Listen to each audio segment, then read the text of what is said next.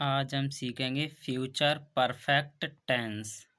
तो इसकी पहचान क्या होती है? जिन हिंदी वाक्यों के अंत में चुका होगा, चुकी होगी, चुके होंगे, चुका हूँगा, या होगा, ई होगी, ए होंगे आदि शब्द आते हैं, उन्हें फ्यूचर परफेक्ट टेंस कहते हैं।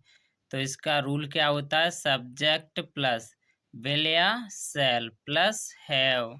इसमें हैज नहीं होता है, ओनली चाहे एक वचन हो चाहे बहुवचन हो, सभी के साथ हम क्या लगाते हैं? हैव प्लस वर्ब की third form plus object plus other word. जैसे यहाँ पर एग्जाम्पल से समझाएंगे कि वे अपना कार्य समाप्त कर चुके होंगे। तो यहाँ पर क्या लगाओगे? वे के लिए दे, तो दे के साथ हमेशा क्या लगाते हैं? Will have. हमेशा हैव आएगा, चाहे एक वचन हो, चाहे ही, सी, इट, दे, कुछ भी हो, हमेशा क्या आएगा? हैव सभी के साथ। तो दे विल हैव, फिर समाप्त करना क्या होता है? फिनिश। तो इसकी हमें क्या चाहिए? वर्ब की थर्ड फॉर्म, तो फिनिश्ड देयर वर्क। अब देखो अपना की क्या होगी? देयर, क्योंकि यहाँ पर मैंने बताया था कि दे के साथ हमेशा क्या लगता है? देयर, अपने के लिए। तो देयर वर्क। फिर है हम किताब पढ़ चुके होंगे। तो यहाँ पर हम है तो हम के लिए क्या लगाएंगे? बी। तो आई बी के साथ मैंने क्या बताया? हमेशा क्या लगाओगे? सेल। तो shall have read the book. फिर है तुम सो चुके होंगे। तो तुम के लिए क्या लगाओगे? You will. देखो यू के साथ हमेशा क्या आएगा? विल। फिर हैव स्लेप्ट। स्लीप की सेकंड और थर्ड फॉर्म क्या होती है? स्लेप्ट होती है। फिर है नेगेटिव सेंटेंस। तो नेगेटिव सेंटेंस का रूल क्या होता है? सब्जेक्ट प्लस विल या shall plus not plus have plus verb की third form plus object plus other word.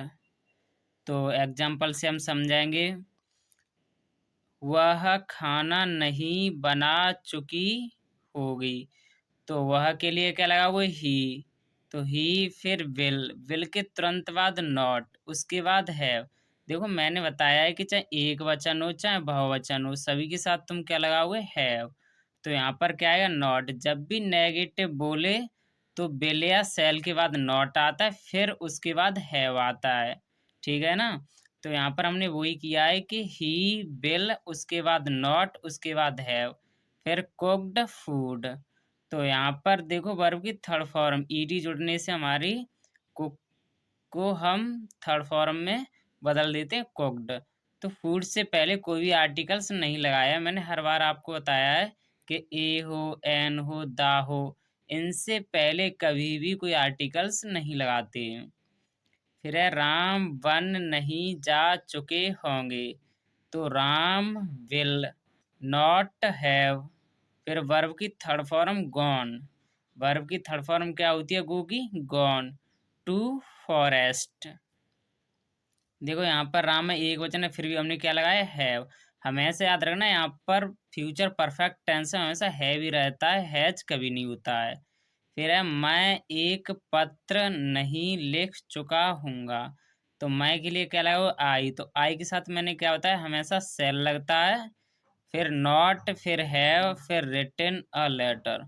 Verb की थर्ड फॉर्म रिटन होती है, फिर अ लेटर। फिर हमारा इंट्रोगेटिव सेंटेंस। तो इसका रूल क्या होता है? विल या shall plus subject plus have plus verb की third form plus object plus question word plus question mark. तो यहाँ पर है क्या अमर यह कार्य पूरा कर चुका होगा। तो अमर है ना, तो अमर के साथ किसी का नाम हो तो मैंने क्या बताया? विल। तो क्या के लिए यहाँ पर क्या लगाओगे? विल, अमर, फिर हैव, सब्जेक्ट के तुरंत बाद हैव। तो ये हमारा अमर सब्जेक्ट है, तो हम क्या लगाएंगे? हैव कंप्लीटेड, वर्ब की थर्ड फॉर्म। This work. तो यह के लिए क्या लगाओगे? This work. फिर है क्या वह इस मोहल्ले में रह चुका होगा, तो वह के लिए क्या लगाओगे, विल। तो क्या के लिए हमने यहाँ पर विल कर दिया, फिर ही, फिर हमेशा क्या लगाओगे, हैव। तो हैव लिव्ड, वर्ब की थर्ड फॉर्म, लिव की थर्ड फॉर्म क्या होती है, लिव्ड। इन दिस लोकेलिटी, मैं के लिए क्या लगाओगे, इन, और इसकी क्या लगाओगे, दिस, और मोहल्ले क्या लगाओगे, लोकेलिटी। फिर है क्या वे किताब पढ़ चुके होंगे, तो वे आ रहा है तो दे लगाएंगे, दे के साथ क्या लगाओगे, बिल। तो बिल दे हैव। रीड की फर्स्ट सेकंड थर्ड एक ही रहती है, रीड द बुक। बस आपको ये रूल याद रखने हैं, जब भी क्या वर्ड आए तो उनकी विल या सेल हम सब्जेक्ट के अनुसार ही रखते हैं। तो बस आपको ये रूल याद रखने हैं। अगर आपको मेरी वीडियो अच्छी लगी तो लाइक कमेंट शेयर ज़रूर कर दिए अपने दोस्तों से, और चैनल को सब्सक्राइब भी कर लीजिए, जिससे आपको नई वीडियो हमेशा मिलती रहें। और मैं आपको सब कराऊंगा, active passive, direct indirect, transformation, remove too, और जितने भी होते हैं, ट्रांसफॉर्मेशन, सिंथेसिस हो गया, सब कराऊंगा। बस मेरे चैनल के साथ आप बने रहिए।